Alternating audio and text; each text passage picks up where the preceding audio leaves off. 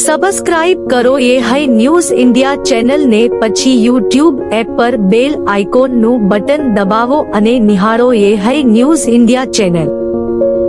Audio Jungle। જગતજનની મા અંબાના અતૂટ અડગ આસ્થા ધરાવતા માઈ ભક્ત ગ્રુપ જય ભોલે ગ્રુપ અમદાવાદ દ્વારા પૌરાણિક ધર્મગ્રંથોમાં વર્ણવેલ શક્તિબાણ અજયબાણની પ્રતિકૃતિનું નિર્માણ કરવામાં આવ્યું છે, જે અયોધ્યા ખાતે નિર્માણાધીન રામ મંદિરમાં સ્થાપિત કરવામાં આવશે।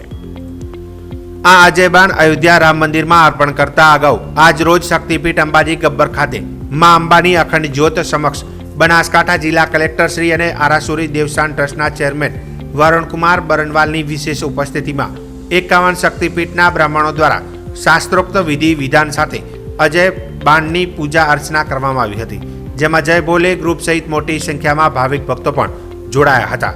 જિલ્લા કલેક્ટર શ્રી વરુણકુમાર બરનવાલે જય ભોલે ગ્રુપની ધાર્મિક આસ્થાને બિરદાવતા અયોધ્યા યાત્રા માટે શુભાશીષ પાઠવ્યા હતા।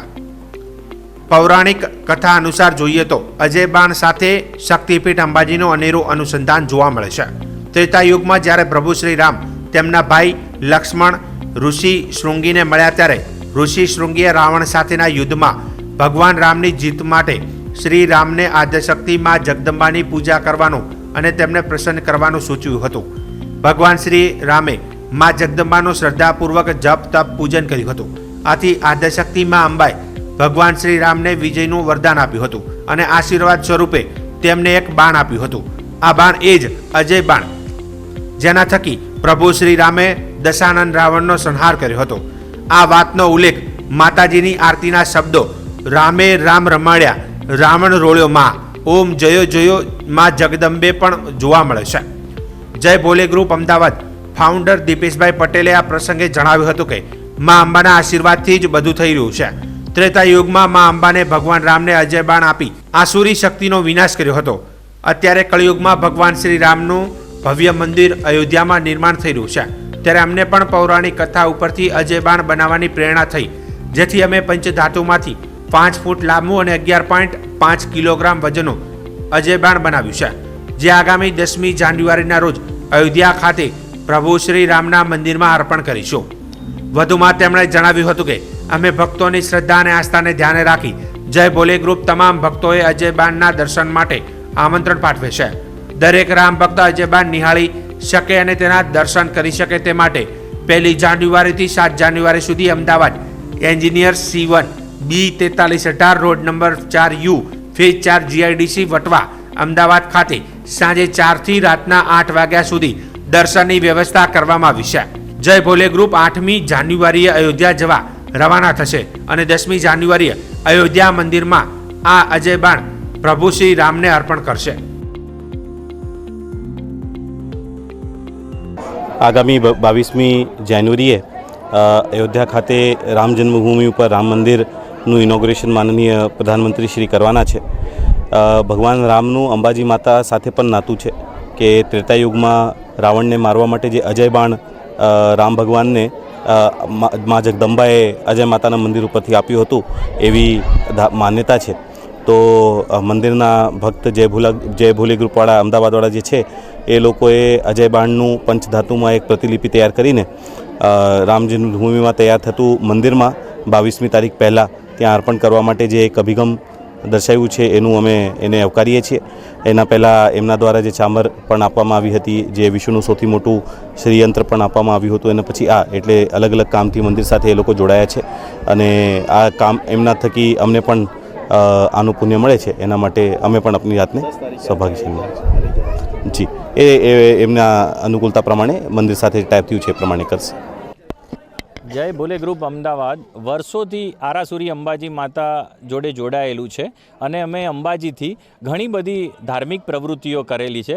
ઘડિયાળ હોય કે પછી શ્રીયંત્ર હોય કે પાદુકા હોય માની સુવર્ણની કે પછી શ્રીયંત્ર, આવી દરેક પ્રવૃત્તિઓથી અત્યારે હાલ જ્યારે અયોધ્યાની અંદર મર્યાદા પુરુષોત્તમ પ્રભુ શ્રી રામનું નવનિર્માણ સાથે જે મંદિર બની રહ્યું છે, તો જગદંબાની એક કથા છે કે ત્રેતાયુગની અંદર જ્યારે ભગવાન શ્રી રામ અને લક્ષ્મણ જ્યારે અર્બુદાના જંગલોમાં અહીંયા આગળ વિચરણ કરતા હતા, ત્યારે શ્રીંગી ઋષિના કહેવાથી તેમણે મા જગદંબાની આરાધના કરી અને મા જગદંબાએ પ્રસન્ન થઈ અને તેમને અજય બાણ અર્પણ કર્યું હતું. અને તે અજય બાણ જેનાથી રામે રાવણનો વધ કર્યો હતો, એ અજય બાણ ઉપર અમે અહીંયાથી જ્યારે હવે આજે કળિયુગની અંદર જ્યારે એક મંદિર બની રહ્યું છે, ત્યારે મા જગદંબાને પંચધાતુ નિર્મિત 11.5 કિલો વજન અને 5 ફૂટ લાંબુ એવું શાસ્ત્રમાં જે વર્ણન છે વેદોની અંદર, જે યજુર્વેદની અંદર ધનુર્વેદનો એક ભાગ છે અને ધનુર્વેદની અંદર બાણ બનાવવાની રીત છે, તો તે પ્રમાણે અમે અજય બાણ પંચધાતુમાંથી નિર્મિત કર્યું છે અને અયોધ્યા મંદિરની અંદર અમે અર્પણ કરીશું. ગબ્બર ખાતે અત્યારે હાલ અમારે કલેક્ટર સાહેબ દ્વારા તેનું પૂજન થશે અને ત્યારબાદ અમે અમદાવાદની અંદર ભક્તોને દર્શનાર્થે અમે ખુલ્લું મૂકીશું અને 10મી તારીખે અમે અયોધ્યામાં અર્પણ કરીશું. બનાસકાંઠા જિલ્લાના અમીરગઢ તાલુકાના વેપારી મથક ગણાતા એવા ઇકબાલગઢ ગામે લોકોને પૂરતું પાણી પૂરું પાડવામાં આવે તે માટે નવીન પાઇપલાઇનનું કામ ચાલી રહ્યું છે. ત્યારે પાણીની પાઇપલાઇનમાં મસ્ત મોટો ભ્રષ્ટાચાર જોવા મળી રહ્યો છે. ત્યારે જમીનમાં ખોદકામ કરી પાણીની પાઇપલાઇન નાખવામાં આવી રહી છે, તે પણ જમીનમાં અધ્ધર નાખી દેવામાં આવી રહી છે. તેમજ પાણીની પાઇપલાઇનમાં જમીનમાં નાખવામાં આવી રહી છે, તે પણ હલકી ગુણવત્તાવાળી પાઇપલાઇન નાખી મસ્ત મોટો ભ્રષ્ટાચાર જોવા મળી રહ્યો છે. ત્યારે લોકોએ તંત્ર ઉપર અનેક સવાલો ઉઠાવ્યા હતા. ત્યારે સરકાર દ્વારા જે લોકોને સુવિધાઓ પૂરી પાડવામાં આવે છે, પણ તંત્ર દ્વારા મસ્ત મોટો ભ્રષ્ટાચાર કરી લોકો સાથે કામમાં ચેડા કરતા દેખાઈ રહ્યા છે.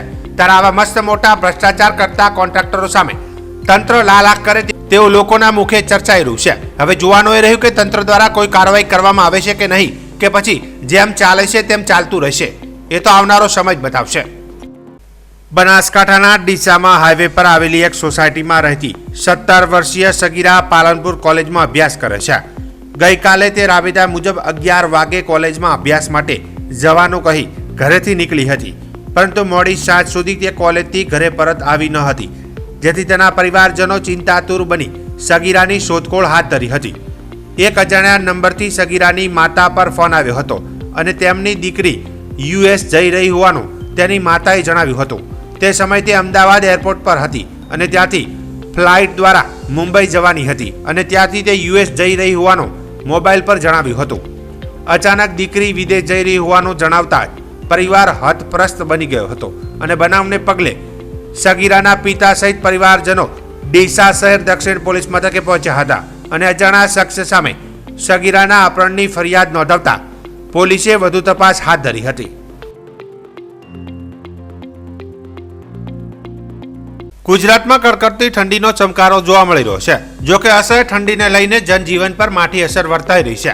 ત્યારે નાના બાળકોને કડકડતી ઠંડી સામે રક્ષણ મળી રહે તેવા ઉદ્દેશ્ય સાથે દાતાઓ દ્વારા ગ્રામીણ વિસ્તારોમાં આવેલ પ્રાથમિક શાળાઓમાં નાના ફૂલકાઓને સ્વેટરનું વિતરણ કરાયું રહ્યું છે. ત્યારે આજરોજ દિયોદર તાલુકાના સાલપુરા ગામે આવેલ પ્રાથમિક શાળાના સ્થાપના દિવસ નિમિત્તે જીગરભાઈ ગુર્જર નામના દાતાશ્રીએ શાળાના નાના ફૂલકાઓને ગરમ સ્વેટર આપવાનો વાયદો કર્યો હતો. ત્યારે આજે દાતાશ્રી દ્વારા શાળામાં અભ્યાસ કરતા નાના ફૂલકાઓને સ્વેટરનું વિતરણ કરવામાં આવ્યું હતું અને દાતાશ્રીએ જણાવ્યું હતું કે નાના ફૂલકાઓને સ્વેટર વિતરણ કરવાનો મોકો મળ્યો તે બદલ શાળાના આચાર્ય અને શાળા પરિવારના અમે આભાર માનીએ છીએ. જોકે દાતાશ્રીના કાર્યને બિરદાવતા શાળાના આચાર્ય સમીરભાઈ પટેલે દાતાશ્રીનો આભાર વ્યક્ત કર્યો હતો અને આગામી સમયમાં સેવાની કામગીરી કરતા રહે તે માટે શુભકામનાઓ પાઠવી હતી. નમસ્કાર. થોડા દિવસ પહેલાં સાલપુરા પ્રાથમિક શાળાના સ્થાપના દિવસ નિમિત્તે જે કાર્યક્રમ યોજાયો હતો અને ત્યારે મને અને ગામના ઘણા બધા આગેવાનોને આમંત્રણ અપાયું હતું. તો ત્યારે મેં વિચાર્યું કે સાલપુરા પ્રાથમિક શાળાના બાળકો મોટાભાગના જરૂરિયાતમંદ અને ખેડૂત પરિવારમાંથી આવે છે, તો એમને નેક્સ્ટ શિયાળામાં ઠંડીથી રક્ષણ માટે એમના સારા સ્વાસ્થ્ય માટે એક સ્વેટર વિતરણ કરવાનો મેં જાહેરાત કરી હતી. તો આજ રોજ મેં અને મારા પરિવાર દ્વારા લગભગ 150 જેટલા બાળકોને સ્વેટર વિતરણ કરવામાં આવ્યું. અમને આવો સેવાનો લાભ આપવા માટે અને શાળા પરિવારનો ખૂબ આભાર વ્યક્ત કરીએ છીએ. આજ રોજ મા હોસ્પિટલ દિયોદરના ડૉક્ટર જીગરભાઈ ગુર્જર તરફથી અમારી શાળાના 145 બાળકોને ઠંડીથી રક્ષણ માટે અને એમના સારા સ્વાસ્થ્ય માટે થઈ અને એમને બાળકોને સ્વેટર દાન આપ્યા છે. એ બદલ હું સાલપુરા પ્રાથમિક શાળા અને સાલપુરા ગામ તરફથી એમનો ખૂબ ખૂબ આભાર માનું છું. ભારત માતા કી જય.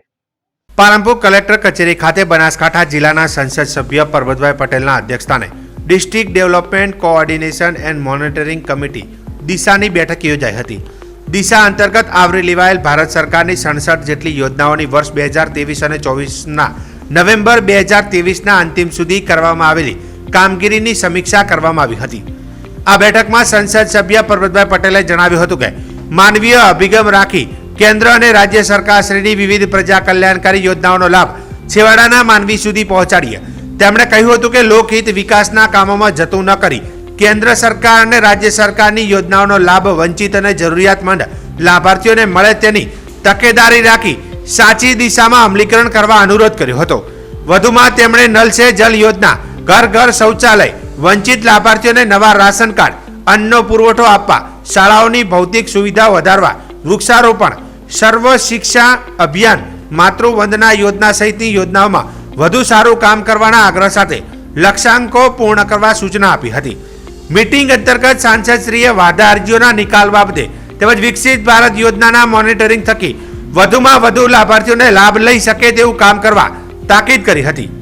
જિલ્લા કલેક્ટર શ્રી વરુણકુમાર બરનવાલે ખાતેદાર ખેડૂતોને આત્મામાં જોડાવા તેમજ ઘર ઘર શૌચાલય યોજનામાં બાકી રહી ગયેલા લાભાર્થીઓને વિકસિત ભારત સંકલ્પ યાત્રા રથ અંતર્ગત લાભ આપવા સૂચના આપી હતી. આ બેઠકમાં વાવના ધારાસભ્ય ગેડીબેન ઠાકોરે ડાયમંડ ઉદ્યોગમાં મહિલા કારીગરો માટે તાલીમની વ્યવસ્થા અને રોજગારી માટેની રજૂઆત કરી હતી. જેના જવાબમાં કલેક્ટરશ્રીએ આ દિશામાં આરસેટી અને આઈટીઆઈ સાથે સંકલન કરી વ્યવસ્થા કરવા અંગેની ખાતરી આપી હતી. જ્યારે ડીસાના ધારાસભ્ય પ્રવીણભાઈ માળીએ મહિલાઓને જોબ વર્ક મળી રહે તે માટે એમ્પ્લોયમેન્ટ હાઉસ સુવિધા ઊભી કરવા અંગે રજૂઆત કરી હતી. જેમાં સંસદ જેટલી યોજનાઓમાં કરવામાં આવેલી કામગીરી વિગતવાર સમીક્ષા કરવામાં આવી હતી. જિલ્લા ગ્રામ વિકાસ એજન્સીના નિયામક RICકે વિવિધ વિભાગના વિકાસીય કામો અને વિગતો રજૂ કરી હતી. આ બેઠકમાં જિલ્લા વિકાસ અધિકારી સ્વપ્નિલ ખરે, જિલ્લા પોલીસ અધિક્ષક અક્ષયરાજ મકવાણા સહિત જિલ્લા અમલીકરણ સમિતિના અધિકારીશ્રીઓ, પદાધિકારીશ્રીઓ ઉપસ્થિત રહ્યા હતા. અમીરગઢ તાલુકાના મહાદેવિયા ગામના ગ્રામજનો 41 ટ્રેક્ટરો સાથે ઇકબાલગઢ રામજી મંદિર ખાતે અયોધ્યાથી આવેલ અક્ષત ચોખાનું આમંત્રણ લઈને મહાદેવિયા ગામના ગ્રામજનો 41 ટ્રેક્ટરો તેમજ ડીજે તેમજ અબીલ ગુલાબ સાથે જય શ્રી રામના નાદ સાથે ઇકબાલગઢ રામજી મંદિર ખાતે અક્ષત ચોખાના આમંત્રણ લેવા પહોંચ્યા હતા. ત્યારે ઇકબાલગઢ ગામે પહોંચતા ઇકબાલગઢ ગામના રામ ભક્તો સાથે ઇકબાલગઢ ગામમાં 41 ટ્રેક્ટરો સાથે શ્રી રામ નાદ સાથે શોભાયાત્રા નીકાળી અક્ષત ચોખાના આમંત્રણનું પૂજન કરી પરત મહાદેવિયા ગામે આવી પહોંચ્યા હતા. અને ઘરે ઘરે અક્ષત ચોખા આમંત્રણ આપવામાં આવશે અને ધામધૂમથી દિવાળી જેવો માહોલ સાથે ઉજવણી કરવામાં આવશે. ત્યારે અયોધ્યામાં શ્રી રામના મંદિરની પ્રાણ પ્રતિષ્ઠાને લઈ સમગ્ર ભારતભરમાં ઉજવણી કરવામાં આવી રહી છે.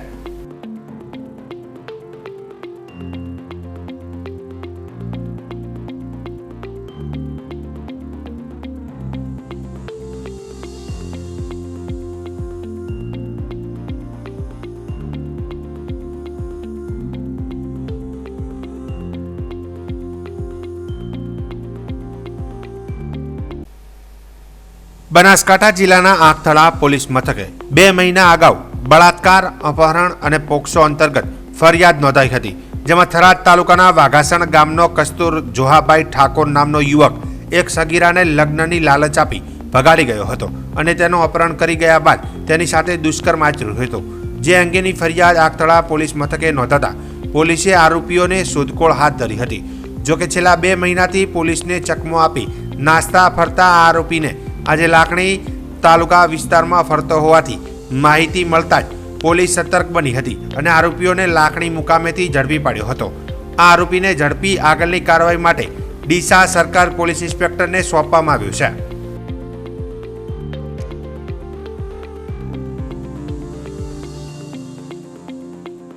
સબસ્ક્રાઇબ કરો એ હૈ ન્યૂઝ ઇન્ડિયા ચેનલ ને પછી યુટ્યુબ એપ પર બેલ આઇકોન નું બટન દબાવો અને નિહાળો એ હૈ ન્યૂઝ ઇન્ડિયા ચેનલ.